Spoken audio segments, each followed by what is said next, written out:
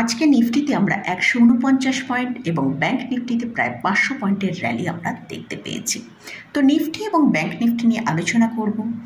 এর সাথে সাথে কয়েকটা স্টক নিয়ে আলোচনা করব। লং টার্মে কিভাবে কোথায় এই স্টকগুলো বাই করা যায় এবং ট্রেডিং যদি করতে চান এই স্টকে কিভাবে ট্রেডিং করবেন। তাহলে ভিডিওটা শুরু করা যাক। আমি নিরুপমা শেয়ার শেখো চ্যানেলের পক্ষ থেকে সকল বন্ধুদের স্বাগত জানাই। আর চ্যানেলটি যদি সাবস্ক্রাইব না করে থাকেন তাহলে অবশ্যই চ্যানেলটা সাবস্ক্রাইব করে নেবেন, পাশে থাকা বেল আইকনটা প্রেস করে রাখবেন। আমি ভিডিও আপলোড করার সাথে সাথে আপনাদের কাছে ভিডিওটা পৌঁছে যাবে। তো আজকে আমরা নিফটিতে একটা খুব ভালো র্যালি দেখলাম। নিফটি যেটা আবার একটা নতুন হাই তৈরি করলো, সেটা হচ্ছে 23,441। আমি আপনাদের সাথে টেলিগ্রাম চ্যানেলে শেয়ার করেছিলাম আজকে মর্নিংয়ে যে নিফটি যদি 23,350-এর ওপরে চলতে থাকে সেক্ষেত্রে আমরা নিফটিতে একটা ভালো র্যালি দেখতে পাবো। সেটা 23,380 থেকে 420। তো মোটামুটি নিফটি আমরা দেখলাম সেখান থেকে 23,441 পর্যন্ত ওপরের দিকে মুভ করেছিল। তো টেলিগ্রাম চ্যানেলে আমি রেগুলারই কিন্তু মার্কেট নিয়ে আলোচনা করি, তাই আপনারা চাইলে টেলিগ্রাম চ্যানেলে জয়েন করতে পারেন ফ্রি অফ কস্ট। আমরা যদি ইন্ডিয়ান ভিক্সকে দেখি সেখানেও কিন্তু আমরা দেখতে পাচ্ছি অনেকটা নিচের দিকে ট্রেড করছে, সেটা হচ্ছে 14.39-এর কাছে। তবে আজকে ইউএস মার্কেটে দিকে আমাদের ফোকাস করতে হবে, কারণ আজকে ইউএস মার্কেটে ইনফ্লেশনের নাম্বার আসবে এবং ফেডের যে পলিসির আউটকাম সেটাও আজকে আমরা দেখতে পাবো। তাই আমাদের ইউএস মার্কেটের দিকে ফোকাস রেখে চলতে হবে, কারণ ইউএস মার্কেটে কীরকম ক্লোজিংটা আসে সেটা কিন্তু আমরা আগামীকাল আমাদের মার্কেটে তার উপর একটা এফেক্ট পড়তে পারে। তাই আমাদের ইউএস মার্কেটের দিকে ফোকাস করতে হবে। তো মোটামুটি আমরা যদি দেখি নিফটি তার 23,300 যে স্ট্রং সাপোর্টটা রয়েছে সেটাকে কিন্তু ভালোভাবে হোল্ড করছে। নিচের দিকে 23,300 যতক্ষণ মেনটেন করতে পারছে ততক্ষণ কিন্তু ওপরের দিকে আমরা নিফটিতে এরকম ভালো র্যালি দেখতে পাবো। 23,150-কে ব্রেক করে নিচে না আসছে ততক্ষণ কিন্তু নিফটি উপরের দিকের মুভ দেখাবে। আর যদি 23,150-কে ব্রেক করে নিচে আসে সেক্ষেত্রে আমরা 22,970 পর্যন্ত নিচের দিকে মুভ করতে পারি।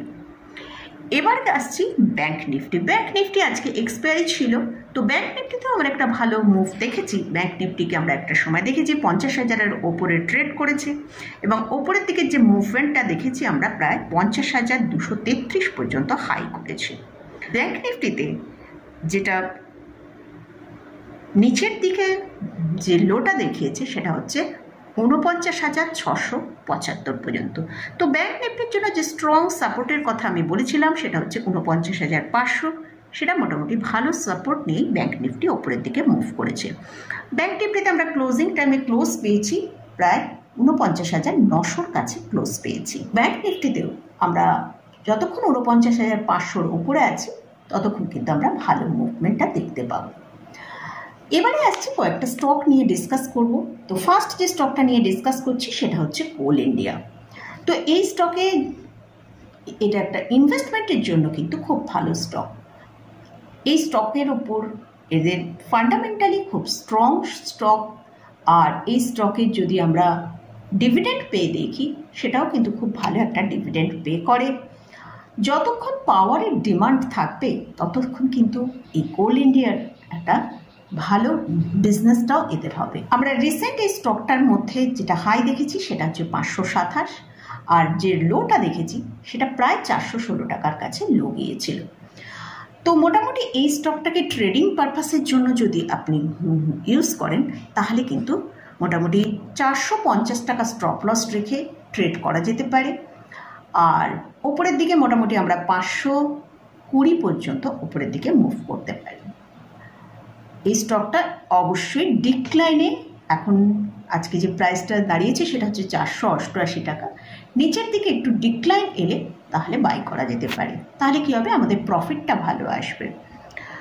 আর এই স্টকের ফান্ডামেন্টালি খুবই মজবুত স্টক, সেটা বললামই।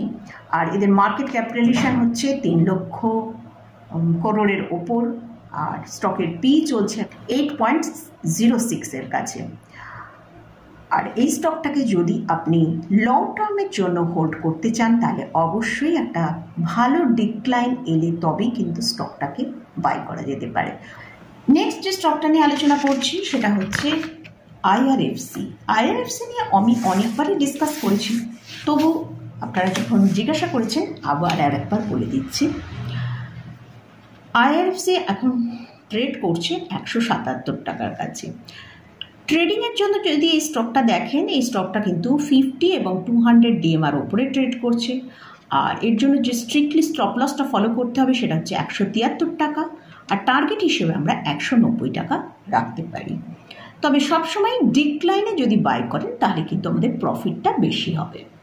আর যদি এটা লং টার্মের জন্য স্টকটাকে বাই করে রাখতে হয় তাহলে কিন্তু এই স্টকটা যদি কোনো কারণে 125 থেকে 130 এই জায়গাটায় পাওয়া যায় তাহলে কিন্তু অবশ্যই আমাদের বাই করতে হবে এবং লং টার্মের জন্য স্টকটাকে রেখে দিতে হবে। আর এই স্টকেরও মার্কেট ক্যাপিটালাইজেশন, এটা একটা লার্জ ক্যাপ স্টক, ফাইন্যান্সের উপরে এরা কাজ করে। 2,32,000 করোড়ের ওপর এদের মার্কেট ক্যাপিটালাইজেশন।